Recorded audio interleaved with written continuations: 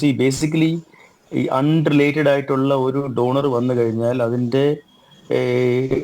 അതിന് വേണ്ടിയുള്ള, അതായത് അവര് ഇങ്ങനെ ഒരു ചൂഷണപ്പെട്ടിട്ടില്ല എന്ന് അറിയാൻ വേണ്ടിയുള്ളതാണ് ഈ കുറെ സർട്ടിഫിക്കറ്റ്സ് അവർ ചോദിക്കുന്നത്.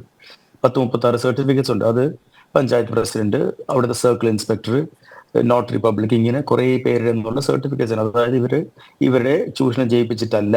ഇപ്പൊ നമ്മൾ തന്നെ അവരെ കൗൺസിൽ ചെയ്യുമ്പോഴത്തേക്കും അവരത് വളരെ കൃത്യമായിട്ട് പറയും, നിങ്ങൾ ഇത് പൈസ വാങ്ങിച്ചിട്ട് ചെയ്യുകയാണെന്നുണ്ടെങ്കിൽ നിങ്ങളും ഈ ചെയ്യുന്ന ഡോക്ടറും എല്ലാവരും അത് ലീഗലി പണിഷബിൾ. കാരണം it is an illegal thing, വളരെ ക്ലിയർ ആയിട്ട് പറയാം. മാത്രമല്ല, അഥവാ നിങ്ങൾ അവർക്ക് എന്തെങ്കിലും വാക്ക് കൊടുത്തിട്ടുണ്ടെങ്കിലും അത് നിങ്ങൾക്ക് ഇപ്പോൾ കൊടുക്കാൻ മടിയാണെന്നുണ്ടെങ്കിൽ നിങ്ങളത് പേടിക്കണ്ട, ഞങ്ങളുടെ അടുത്ത് മാത്രം പറഞ്ഞാൽ ഞങ്ങൾക്ക് വളരെ എളുപ്പത്തിൽ പറയാം ഈ ടെസ്റ്റ് ശരിയല്ല, നിങ്ങൾക്ക് അത് ഓർഗൻ കൊടുക്കാൻ പറ്റില്ല എന്ന് പറയാന്നുള്ളൊരു ഇത് കൊടുക്കും നമ്മൾ.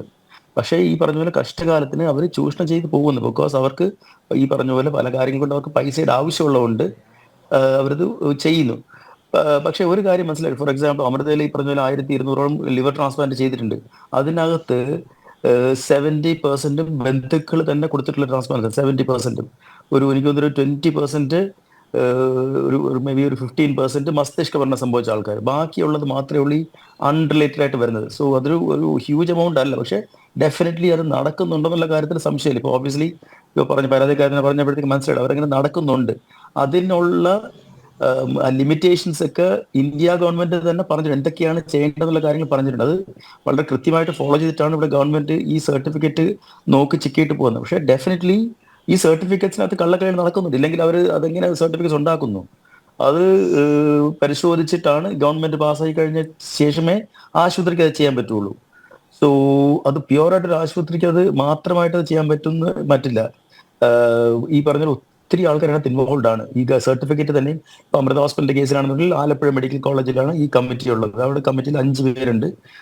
അവിടുത്തെ പ്രിൻസിപ്പള്, DMEയുടെ ആൾക്കാർ, ഇങ്ങനെ വന്ന് അവരെല്ലാം കൂടെ ഈ ഡോണറിനെ ഇന്റർവ്യൂ ചെയ്ത് അത് വീഡിയോ റെക്കോർഡിംഗ് ചെയ്തിട്ടാണ് അവർ ഈ നോ ഒബ്ജക്ഷൻ സർട്ടിഫിക്കറ്റ് തരുന്നത്. So there is a process that is going on. Maybe that's not enough, I don't know എങ്ങനെ. പക്ഷെ അൾട്ടിമേറ്റ്ലി ഞാൻ പിന്നെയും പറയുന്നത്, ഇവിടെ ആൾക്കാർ ലിവറും കിഡ്നി കിട്ടാതെ മരിച്ചുകൊണ്ടിരിക്കുകയാണ്. ലക്ഷക്കണക്കിന് ആൾക്കാർ മരിച്ചുകൊണ്ടിരിക്കുകയാണ്. അപ്പൊ അവർക്ക് അവയവം വേണം എന്നുള്ള കാര്യം ഒരു വാസ്തവമാണ്. അപ്പൊ അത് ജീവനുള്ള ആൾക്കാർ നല്ല എടുക്കേണ്ടത്, അത് മരിച്ചു പോയതെന്നാണ് എടുക്കേണ്ടത്. പക്ഷേ ഈ മസ്തിഷ്ക മരണം, ലേക്ക് ഷോറിലെ കേസിന്റെ ഡീറ്റെയിൽസ് എനിക്ക് അറിയില്ല. മസ്തിഷ്ക മരണം ആർട്ടിഫിഷ്യലായിട്ട് ഉണ്ടാക്കി അതിൻ്റെ അകത്തൊരു മാഫിയ എന്നുള്ള സംഭവം, അത് തീർച്ചയായിട്ടും അത് തെറ്റിദ്ധാരണയാണ്. അത് അങ്ങനെ നടക്കില്ല. Because it is impossible. അത് ഞാൻ പല പ്രാവശ്യം പറഞ്ഞാൽ അത് സിനിമയിലും സീരിയലിലും ബുക്കിലും മാത്രമേ നടക്കില്ല. അത് റിയൽ ലൈഫിൽ മസ്തിഷ്ക മരണം സംഭവിച്ച ആൾക്കാരുടെ ചൂഷണം നടക്കില്ല. പക്ഷെ ലിവിങ് ഡോണേഴ്സ് യെസ്, അത് നടക്കും. അത് that is probably what is going on here. ചട്ടങ്ങൾ പാലിച്ച് അവയവദാനവും അത് സ്വീകരിക്കലും നടക്കൂ എന്നിരിക്കെ ചൂഷണത്തിന് വിധേയരാകുന്ന ആൾക്കാർ അത് പുറത്തു പറയാറില്ല. പക്ഷേ ഇവിടെ ചിലരത് ഉറക്കെ പറയുന്നു. വീട് വെച്ചു തരാം, കടം വീട്ടിത്തരാം, വിവാഹം നടത്താൻ സഹായിക്കാം എന്നൊക്കെ പറഞ്ഞാണ് ഈ പാവങ്ങളെ അവർ ചൂഷണം ചെയ്യുന്നത്.